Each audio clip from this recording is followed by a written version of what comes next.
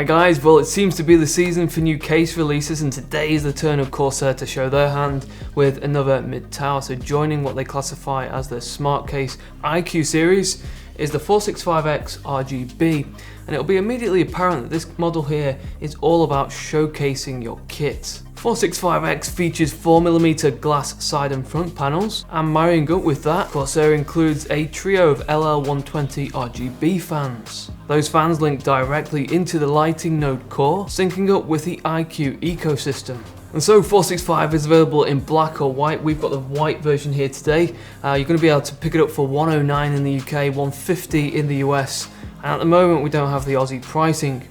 But in that price range there are quite a few different styles of case to choose from.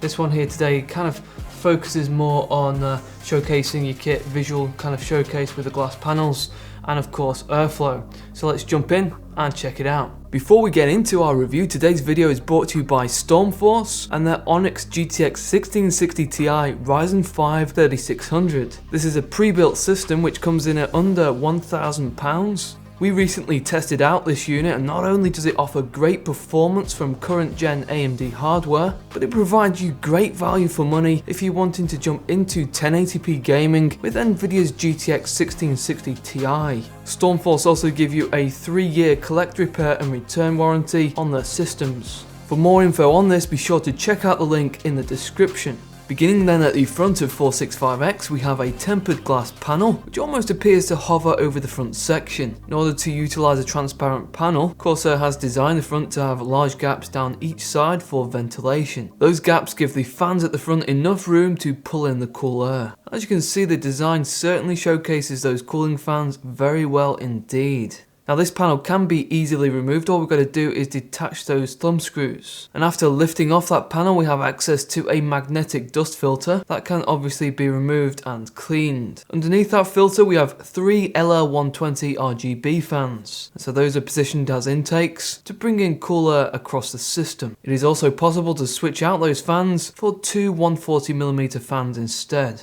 Now the front panel connectivity sits in the usual spot at the top, and it consists of a power button, 2 USB 3 ports, headphone and mic combo port, and the reset button. It's only a small point, but it would have been nice there to see those USB ports in black rather than blue so that it just matches the colour scheme. Up at the top of 465X, we have quite a flimsy magnetic dust filter which peels away to reveal a mounting spots for 2 120 or a single 140mm fan. As you can see, these aren't included, so you would need to install these yourself. Okay, so for the side panels, on the prominent side we have a large tempered glass panel which gives us that edge-to-edge overview of the system inside. That panel is secured onto the chassis with 4 thumb screws, and over on the alternate side there is just a solid steel panel with no distinct features. Now this held into place with 2 thumb screws from the back. With those panels now removed, we have a view inside 465X, and as you can see, this case follows a conventional layout for a computer case. It accommodates up to the ATX form factor, and around the case we've got the storage allocation for different sized drives, cutouts for cable management, and a few other extra things which we're now going to explore in more detail. Now the power supply sits at the bottom of the chassis. It is concealed behind the shroud on the prominent side, and so it is necessary to install it from the reverse side. However, if you do have a longer power supply like us, which is 180mm, then you may need to remove the hard drive cage in order to get it installed. It is very tight. We did manage to install ours, but it was a tight squeeze. Underneath the power supply there is a detachable dust filter which can be removed and cleaned.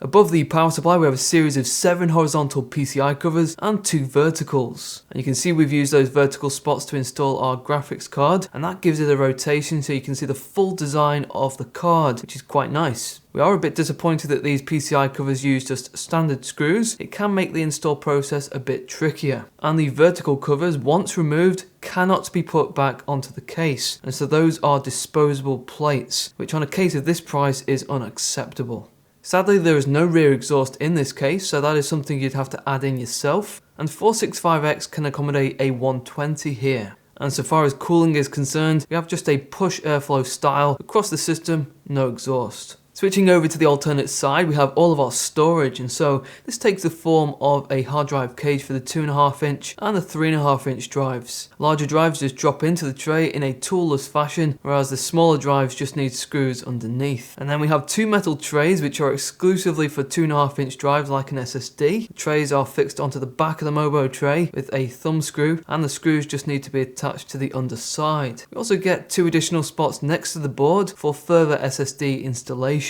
Now Corsair are touting this model as a smart case, and so inside 465X is the inclusion of Lighting Node Core. And so this is an RGB lighting controller which offers management of up to 6 RGB fans. It is important to note that this controller is just for the lighting and is not for the fan speed. Each fan will need to be connected to a header on the motherboard. And so to power that module, it requires a SATA connection from the power supply, and to interface with the PC, there is a USB 2 header. And then with that, we can customize the lighting with Corsair's iCUE software. Okay, so next we'll get a closer look at the clearance options within 465X to verify what fits and what doesn't. And so for the CPU cooler, Corsair specify 160mm. You can see here our Hyper 2-on-2 clearly fits in, no problem whatsoever. For the GPU, again, plenty of space here. We have up to 370mm, so all high performance models will have sufficient space to be installed. For reference, we are using an RTX 2070. Behind the board is a key spot for storing those unsightly cables, and so we have up to around 1.3 centimeter, which is not a lot of space at all. And since we don't have a lot of space, you will need to take extra time there mapping out where cables go, and there is a lot of them due to the fans, the front panel ports, and RGB controller. And then finally, for the water cooling, there is space and allocation for a 240 up at the top of the case, and then at the front there is the option there to install a 360mm radiator, and so it is possible to use different size radiators even though 465X isn't particularly big. Okay, so that is the iCUE 465X RGB. Another smart case from Corsair which supplies us with those triple RGB fans, the tempered glass on the front and side, and which makes use of the Lighting Node Core for RGB customization. This particular case here is obviously designed to double down on airflow as opposed to silence, so if you are seeking a whisper quiet case, then you should probably look elsewhere.